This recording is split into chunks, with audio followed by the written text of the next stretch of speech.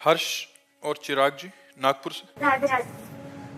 राधे राधे महाराज जी। महाराज जी, आप कह रहे हैं कि आप दोनों भाई शतरंज खेल खेलते हैं, उसमें पहले आपके आदेश हुआ था कि जो भी धनराशि जीते हैं उसे गौ माता का हरा चारा खिला दें। महाराज जी, आप कोई भी प्रतियोगिता हम या स्कूल में कोई भी परीक्षा, उससे प्रारंभ में हम पूरा अपने पूज्य गुरुदेव को स्मरण करते, राधा रानी के 28 नामों का जप करते हैं और कृष्णाय वासुदेव मंत्र के साथ ही अपना कार्य आरंभ करते हैं। गुरुदेव आपकी कृपा और राधा रानी की आशीर्वाद से 3 महीनों में हमने बहुत सारी शतरंज जो भी खेली उसमें 45,000 की धनराशि अर्जित किया है। आपसे विनती है कि हमें मार्गदर्शन करें कि आप इस धनराशि को कहाँ लगाएं। अभी अपने पास ही रखे रहो, ठीक है?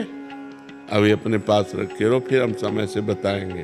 अभी और एकत्रित करो, फिर अब की बार ठाकुर जी का फूल बंगला बनवाना, ठीक है? थोड़ा और पैसा एकत्रित हो जाए तो जैसे राधा वल्लभ जी का है या बिहारी जी का फूल बंगला बनवाना, तो तुम्हारे खेल से उनका फूल बंगला बन जाएगा, उसमें बैठे रहेंगे तो अच्छा रहेगा, ठीक है? भोग लगवाना और ठाकुर जी का फूल बंगला, थोड़ा और पैसा हो जाए मतलब इससे डबल हो जाए तो थोड़ा फूल बंगला बढ़िया बन जाएगा, ठीक है? बहुत अच्छे बच्चे हो, ऐसे ही उन्नति करो, खूब नाम जप करो और खूब अच्छी उन्नति करो। जो अपनी लौकिक उन्नति को भगवान के चरणों में समर्पित करता है वो महापुरुष हो जाता है। हाँ, अभी बच्चे हो, देखो इतना धनराशि एकत्रित किया ना खेल करके, और खेल करके जब इतने डबल हो जाए तब फूल बंगला बनवा देना, ठीक है?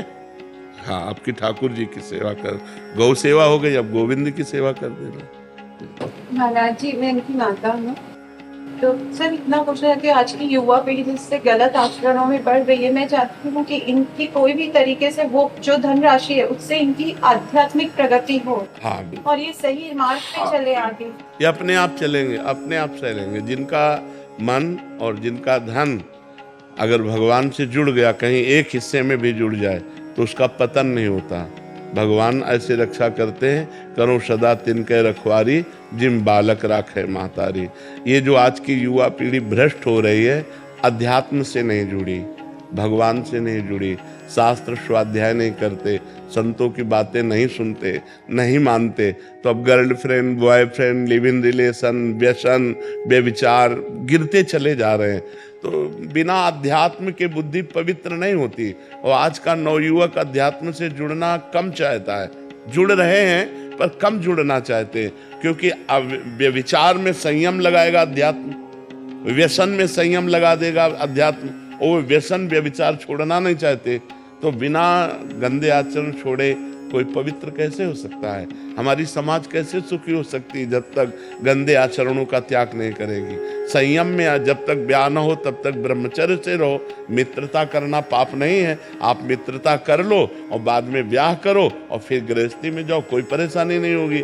जैसे 4 होटलों का भोजन खाने वाला एक रसोई का भोजन बराबर नहीं खा सकता, क्योंकि उसकी जबान चंचल हो गई।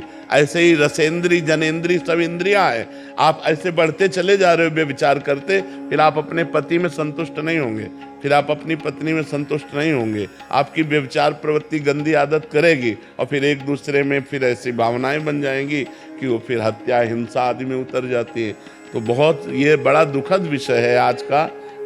हाँ, लेकिन जिनको भगवान से अब जैसे छोटे छोटे बच्चे भगवान से संबंध रखते हैं तो इनके आचरण नहीं बिगड़ेंगे।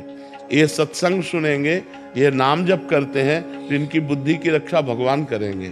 हाँ, अब आज का समय बहुत गिरता चला जा रहा है। नौजवान जो नई पीढ़ी है वो गिरता चला जा रहा है। व्यसन और व्यभिचार इनमें प्रवृत्तियां बिगड़ती चली जा रही हैं। और सत्संग सुने तो परिवर्तन हो जाए। काफी परिवर्तन हो रहा है। जो नौजवान सत्संग सुन रहे हैं वो गंदी बातें छोड़ रहे हैं, आगे बढ़ रहे हैं, लेकिन बहुत कम, मतलब परसेंट में बहुत कम। अगर अध्यात्म को स्वीकार करें तो परसेंट बढ़ सकता है। अध्यात्म को स्वीकार किए बिना शासन किसका?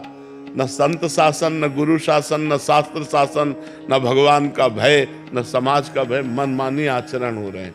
तो ये बुद्धि जो भ्रष्ट हो जाती है वो बिना भजन के, बिना भगवान के, बिना शास्त्र के ये बुद्धि पवित्र कैसे होगी? माया के द्वारा तो बुद्धि मलिन होती है, भगवान के द्वारा ही तो बुद्धि पवित्र होती है। जब होए बुद्धि जो परम शयानी, अगर बुद्धि प्रवीण हुई तो बचा ले जाती है। अगर प्रवीण ना हुई तो फंसा दिया, पूरा चौपट हो गई, जिंदगी बर्बाद हो गई।